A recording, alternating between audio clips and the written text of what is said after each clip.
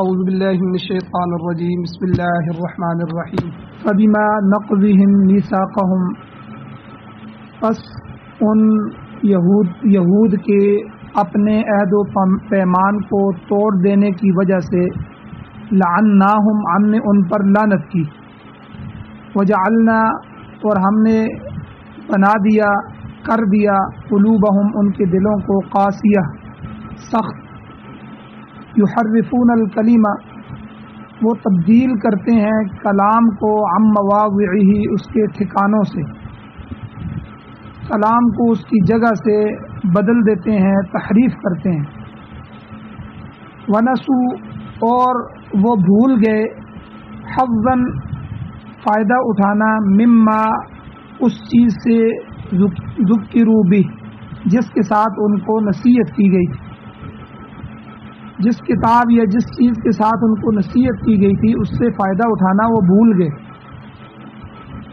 ولا تزال تطلع، اور اے میرے محبوب حضور کو مخاطب کر کے اللہ تعالیٰ نے فرمایا کہ آپ ہمیشہ مطلع ہوتے رہیں گے، علی خائنۃ منہم، ان کی کسی نہ کسی خیانت پر، الا قلیلا منہم، مگر بہت کم لوگ ہیں ان میں سے، فاعف عنہم، آپ معاف کر دیں ان کو، واصفح، اور درگزر کریں، ان اللہ یحب المحسنین، بے شک اللہ تعالی احسان کرنے والوں کو، نیکی کرنے والوں کو پسند فرماتے۔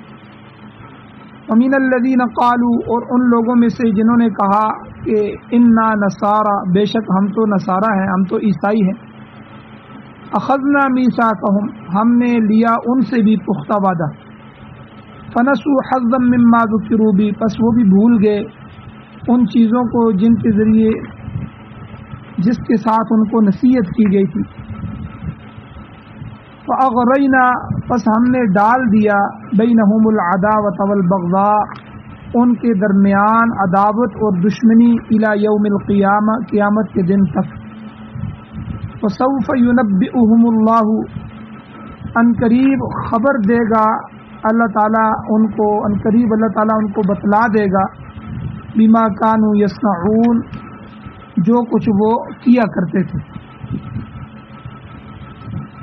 چھٹا سپارہ ہے اور سورہ مائدہ جو کہ قرآن مجید کی 5ویں سورت ہے، اس کی آیت نمبر 13 اور 14 آپ کے سامنے تلاوت ہوئی ہے، آپ نے اس کا ترجمہ سماعت فرمایا۔ سب سے پہلے ربط آیات ہے کہ ان آیات کا پچھلی آیتوں کے ساتھ کیا تعلق ہے۔ ابتدائے سورت میں، سورت کے شروع میں اللہ تعالیٰ نے اہل ایمان کو ایفائے عہد کی تلقین کی، یا ایھا الذین آمنوا اوفوا بالعقود، اے ایمان والو وعدوں کو پورا کرو۔ اسی ضمن میں اللہ تعالیٰ نے فرمایا کہ یہ عہد صرف تمہیں سے نہیں لیا گیا بلکہ تم سے پہلے بنی اسرائیل سے بھی عہد لیے گئے، پھر حضرت موسیٰ علیہ السلام کے توسط سے، ان کے واسطے سے، ان میں سے 12 نقیب، 12 سردار مقرر کیے گئے۔ بنی اسرائیل کے 12 خاندان تھے تو 12 خاندانوں کے لیے ایک ایک نقیب، ایک ایک ذمہ دار، ایک ایک سردار تھا جو اپنے قبیلے کی نگرانی اور حفاظت کا ذمہ دار تھا۔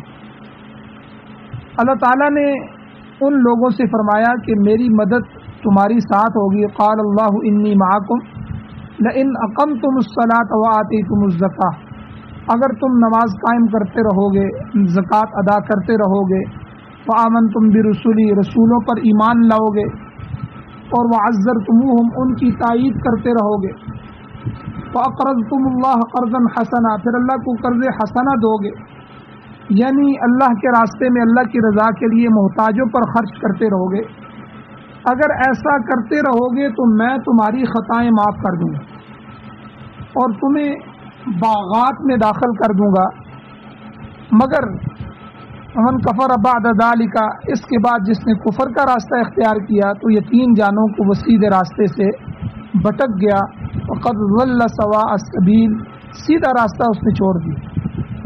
بہرحال اللہ تعالیٰ نے بنی اسرائیل کا تذکرہ کر کے اہل ایمان کو سمجھا دیا کہ عہد و پیمان کو پورا کرنا لازمی ہے، ورنہ انسان گمراہ ہو جاتا ہے۔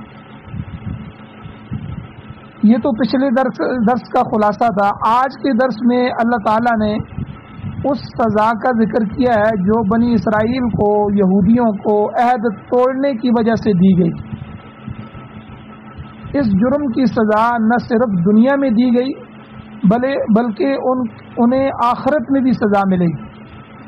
ارشاد ہوتا ہے، اللہ تعالیٰ فرماتے ہیں فَبِمَا نَقْضِهِمْ مِيثَاقَهُمْ، بس بوجہ ان لوگوں کے توڑ دینے اپنے پختہ عہد کو، یعنی اپنے عہد و پیمان کو جو انہوں نے اللہ سے کیا تھا، اس عہد کو، اس وعدے کو توڑنے کے سبب، یہاں فبیما میں ما جو ہے یہ زائد ہے اور یہ تاکید کے لیے آتا ہے۔ مطلب یہ ہے کہ بنی اسرائیل کو سخت تاکید کی گئی تھی کہ وہ اپنے عہد کو پورا کریں، مگر بوجہ ان کے اس عہد کو توڑ ڈالنے کے لعناہم، اللہ تعالیٰ فرماتے ہیں کہ ہم نے ان پر لعنت کی، بنی اسرائیلیوں پر، یہودیوں پر ہم نے لعنت کی۔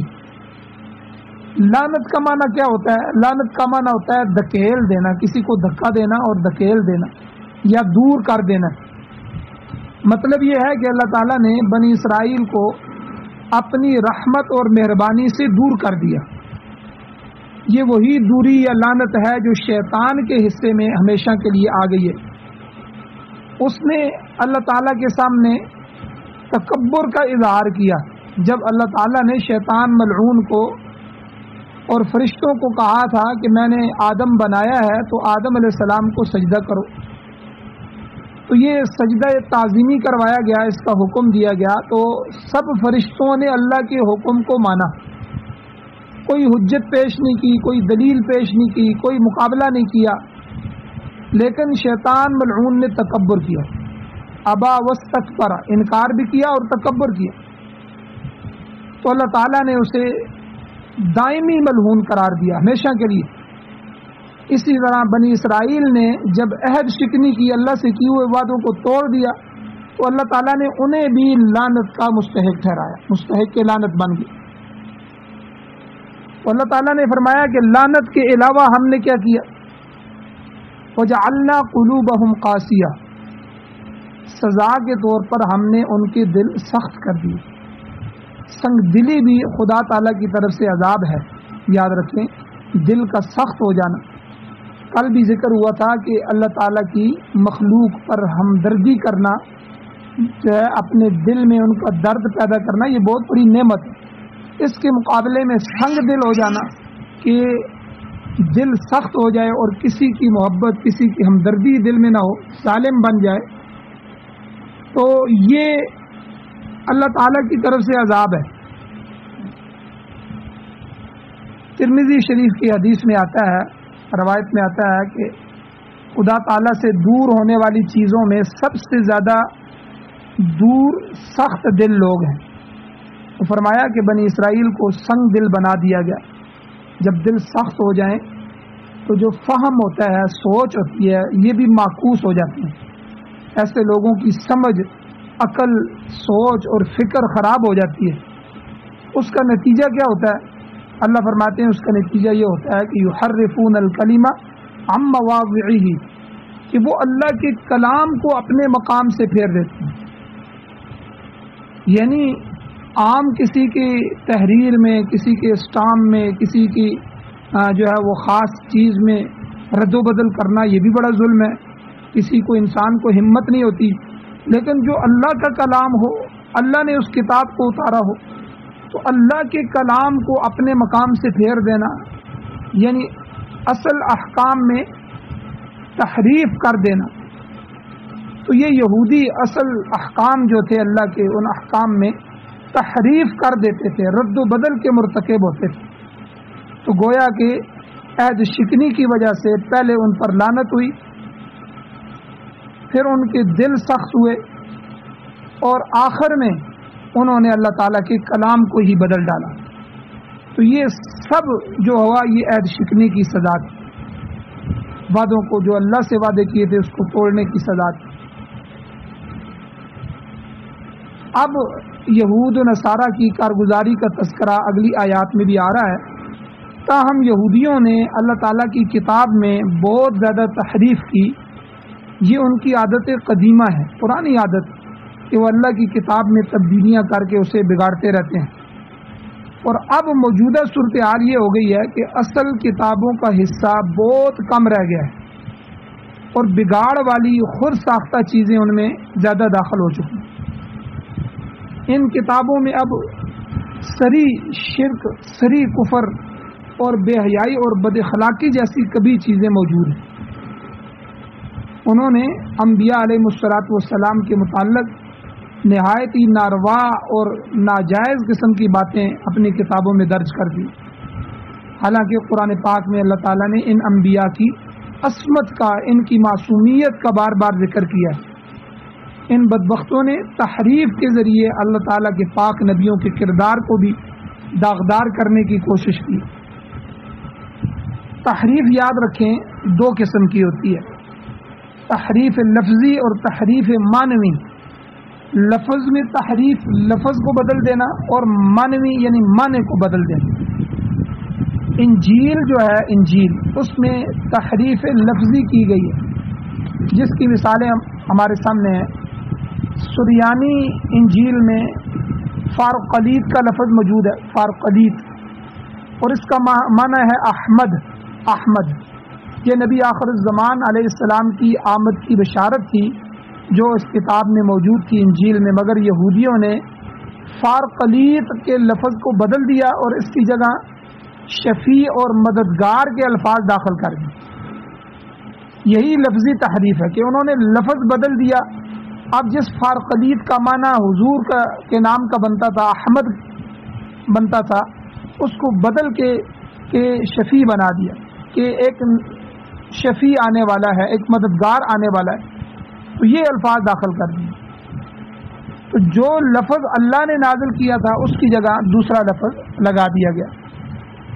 اسی طرح تحریف لفظی کی دوسری مثال کہ حضور علیہ السلام کی آمد کی جو پیشن گوئیاں ہیں تورات میں بھی موجود تھی. اس طرح یہودیوں کی کتاب انجیل میں موجود تھی، عیسائیوں کی کتاب تورات میں بھی موجود تھی. اصل تورات میں یہ الفاظ تھے کہ وہ آخری نبی فاران کی چوٹیوں سے جلوہ گر ہوگا، 10,000 قدسیوں کی جماعت کے ساتھ آئے گا، اس کے دائیں ہاتھ پر آتشین شریعت ہوگی، روشن شریعت ہوگی. وہ دنیا کی قوموں سے محبت کرنے والا ہوگا اور قومیں اس کے قدموں میں جمع کی جائیں گی. تو اندازہ لگائیں یہ جو میں نے الفاظ پڑھے ہیں یہ سارے الفاظ تورات میں موجود ہیں.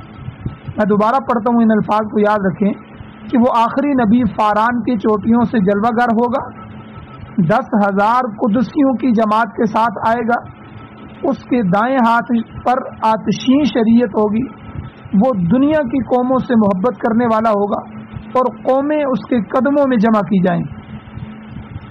یہ وہ تمام نشانیاں تھیں جو حضور علیہ السلام پر صادق آتی تھیں.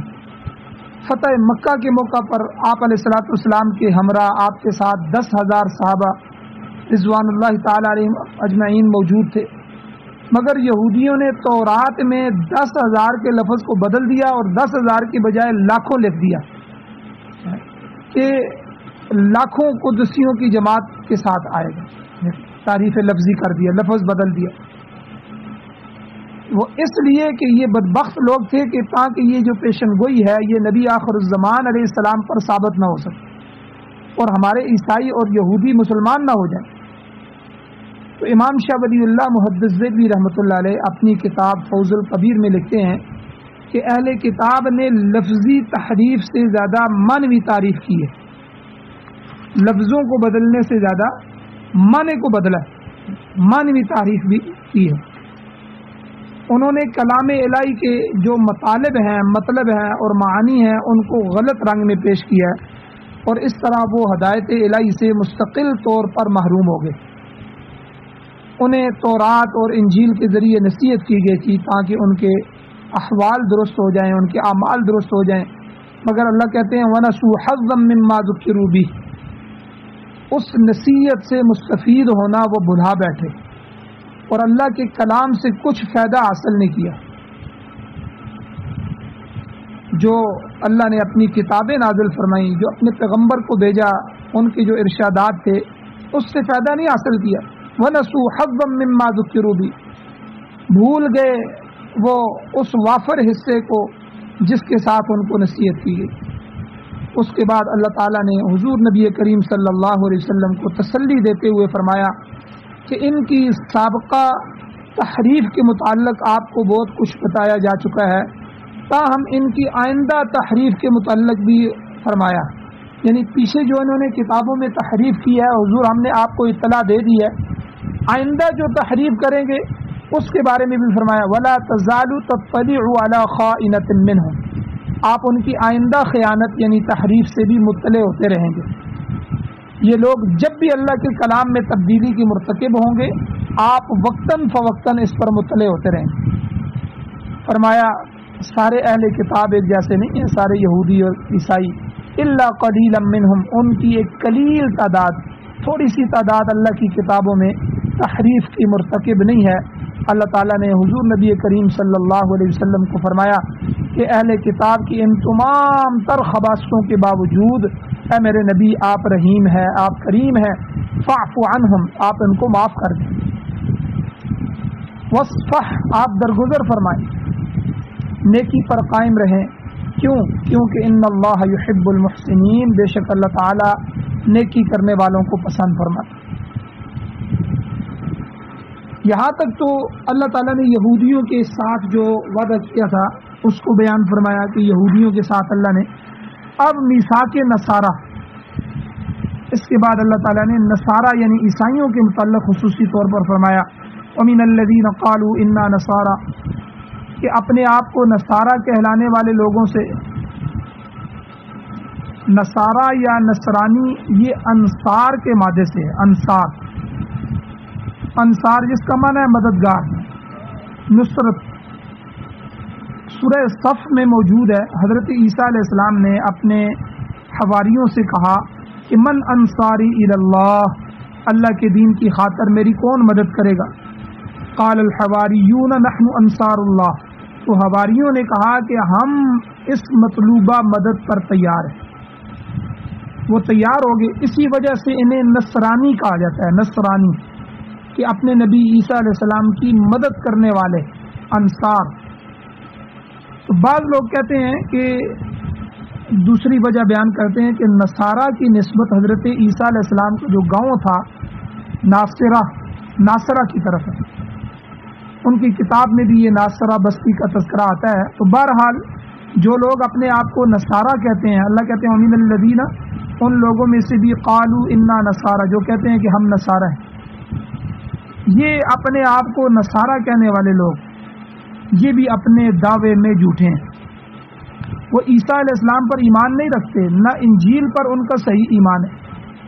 بہرحال فرمایا کہ جن لوگوں نے نصارہ ہونے کا دعویٰ کیا اخذنا میثاقہم، ہم نے ان سے بھی پختہ عہد لیا، فنسوا حظا مما ذکروا بہ، مگر وہ اس چیز سے فائدہ اٹھانا بھول گئے جس کی انہیں نصیحت کی گئی۔ فرمایا اس کے نتیجے میں کیا ہوا؟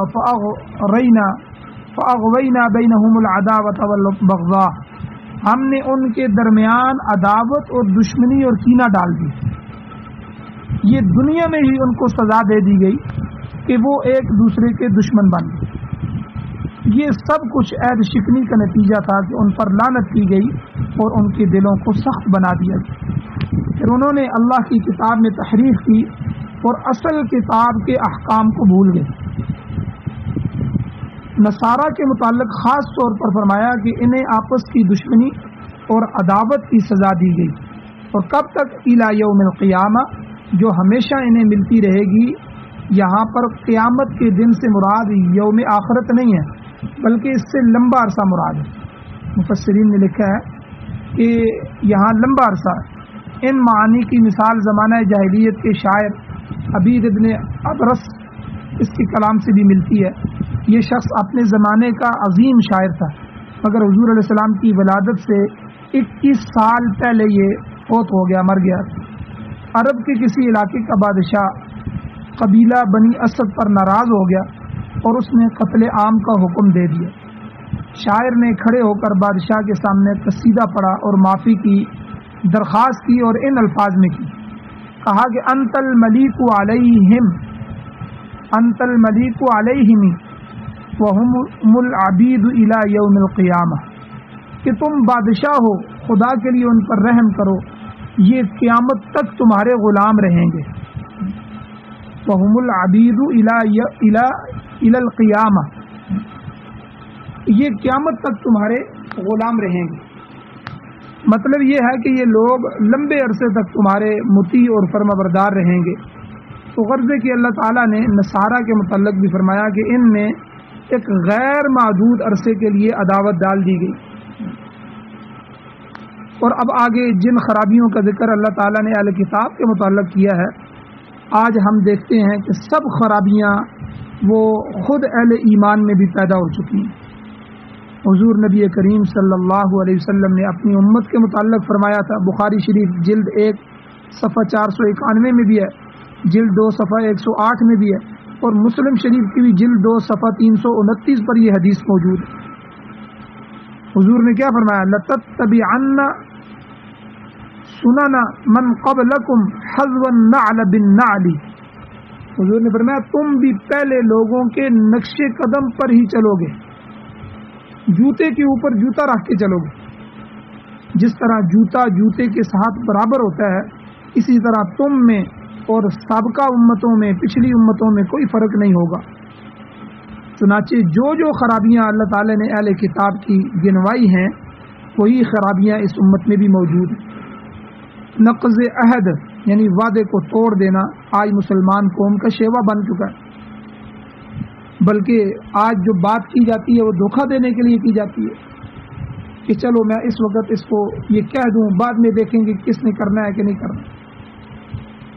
تو عہد جو ہے وہ انفرادی ہو یا اجتماعی ہو، کسی ایک فرد سے کیا گیا ہو یا پوری قوم قبیلے برادری سے کیا گیا، ملکی سطح کا معاہدہ ہو یا بین الاقوامی معاہدے، اس کی خلاف ورزی کی مثالیں آج کل زبانوں پر عام ہیں۔ اسی طرح تمام مسلم اقوام میں سنگ دلی کی بیماری بھی پیدا ہو چکی ہے۔ سنگ دل، کوئی کسی کے ساتھ احسان کا سلوک کرنے کے لیے تیار نہیں ہے، کوئی مروت کا سلوک کرنے کے لیے تیار نہیں۔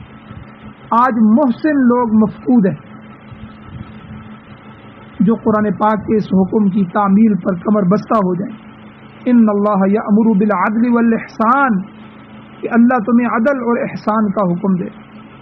اب اس کی بجائے خود مسلمانوں میں سنگ دلی پیدا ہو چکی۔ افسوس کا مقام ہے کہ اب مسلمانوں سے طہارت بھی چلی گئی ہے، سماحت بھی چلی گئی ہے، اخبات بھی چلا گیا ہے، اور عدل جیسے اصول بھی منہ موڑ چکے ہیں۔ جہاں تک تحریف کا تعلق ہے، مسلمان لفظی تحریف پر تو قادر نہیں۔ کسی مسلمان کو یہ ہمت تو نہیں ہوئی کہ قرآن مجید کی لفظ کو بدل دے، لفظی تحریف کر دے۔ لیکن یاد رکھیں، دنیا کی ایک قوم ایسی بھی موجود ہے جو اپنے آپ کو مسلمان کہتی ہے، روافض اور شیعہ، لیکن ان کا عقیدہ ہے کہ قرآن مجید میں صحابہ نے نعوذ باللہ حضور کی جماعت نے، حضور کے جانثاروں نے لفظی تحریف کی ہے اور بہت ساری چیزوں کو بدل دیا ہے، بہت سارے سپاروں کو نکال دیا ہے۔ ساری دنیا کہتی ہے قرآن سچی کتاب ہے، مکمل کتاب ہے، لیکن یہ لوگ کہتے ہیں کہ قرآن مجید مکمل نہیں ہے۔ تو بہرحال کسی مسلمان کو لفظی تحریف پر قدرت نہیں ہوئی کہ وہ لفظ بدل دے، کیونکہ اللہ تعالیٰ نے اپنے کلام کی حفاظت کا ذمہ خود لے رکھا ہے، جو اللہ نے کلام فرمایا اس کا۔ تاہم مسلمانوں کے ہر فرقے میں کسی نہ کسی حد تک معنوی تحریف ضرور پائی جاتی ہے، اپنی ذاتی مفاد کے لیے یا اپنے فرقے کو تقویت پہنچانے کے لیے قرآن پاک کے مطالب، قرآن پاک کے مطلب اور معانی کو غلط رنگ میں پیش کرنا، یہ تحریف معنوی ہے۔ تو یہ فرقوں نے کیا ہے اور اللہ تعالیٰ کے احکام کی غلط تعویلات بیان کی ہیں۔ تو یہ غلط تعویلات بیان کرنا یہ تحریف معنوی تو ہے، معنی کو بدل دیں۔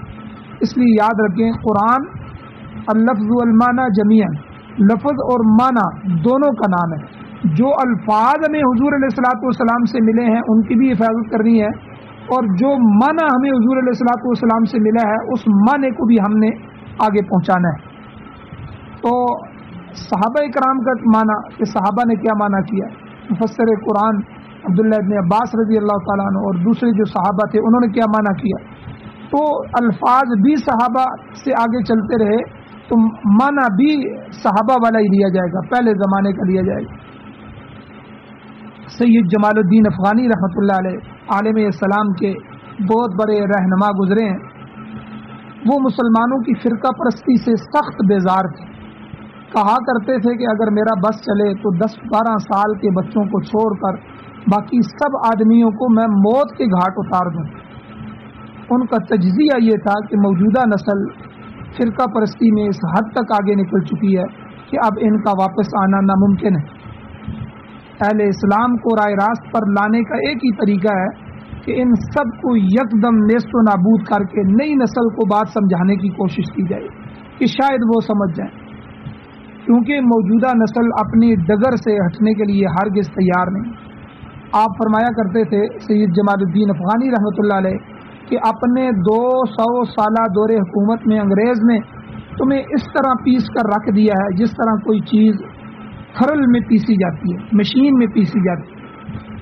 انہوں نے اہل اسلام کی اجتماعیت کو ختم کیا، خلافت کو ختم کر دیا، اس کی جگہ انہوں نے فرقہ بندی کر دی اور یہ توڑ پھوڑ کی بیماری پیدا کر دی کہ ڈیوائیڈ اینڈ رول، کہ ان کو توڑو اور حکومت کرو۔ اپنی حکومت چلانے کے لیے انہوں نے فرقہ کہ سارے مسلمان پہلے اکٹھے ہو کے انگریز کے خلاف لڑتے تھے، جہاد کرتے تھے، تو اس جہاد کو ختم کرنے کے لیے انہوں نے آپس میں لڑا دیا، فرقہ بندی پیدا کر دی۔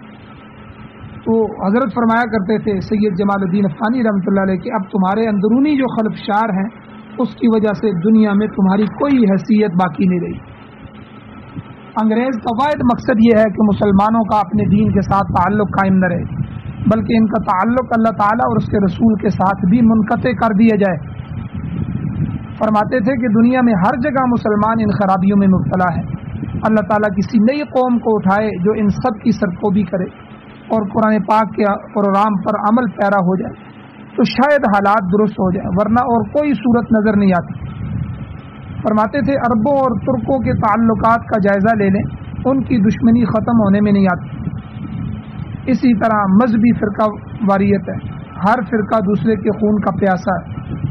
یہ وہی خرابی ہے جو اہل کتاب میں نقض عہد کی وجہ سے پیدا ہوئی اور آج مسلمانوں میں بھی موجود ہے۔ ان میں سنگ دلی پیدا ہو چکی ہے، احسان ختم ہو گیا ہے، اخبات، سماحت اور عدل کہیں نظر نہیں آتے، اور پھر سب سے بڑھ کر یہ کہ تحریف کی لعنت ہے۔ ہر بندہ لفظی تحریف تو آج تک کوئی نہیں کر سکا، کسی کی ہمت نہیں ہوئی، کسی کو قدرت نہیں ہوئی، لیکن معنی کو بدل دیا، ہر ایک نے تحریف معنی بھی کیے۔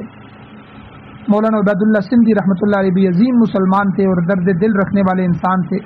انگریزوں کے دور میں آپ 25 سال تک بر صغیر سے جلا وطن رہے، انگریز نے نکال دیا تھا بر صغیر۔ آپ نے 1 سال روس میں گزارا، 7 سال افغانستان میں گزارے، 4 سال ترکی میں گزارے اور 12 سال سے زیادہ عرصہ مکہ مکرمہ میں اور دوسری جگہ بسر کیا۔ آپ بھی انگریز کے سخت مخالف تھے۔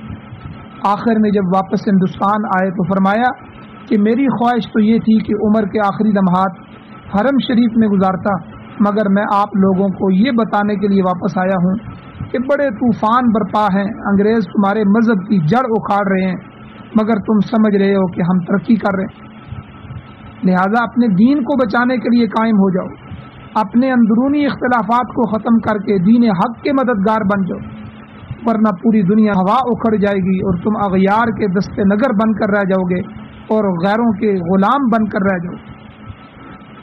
تو بہرحال الغرض اللہ تعالیٰ نے یہاں ان آیات میں یہ فرمایا کہ ہم نے نصارہ کے درمیان عداوت اور دشمنی ڈال دی اور وہ گروہوں میں تقسیم ہو کر رہ گئے، ہر فرقہ دوسرے کا دشمن بن گیا۔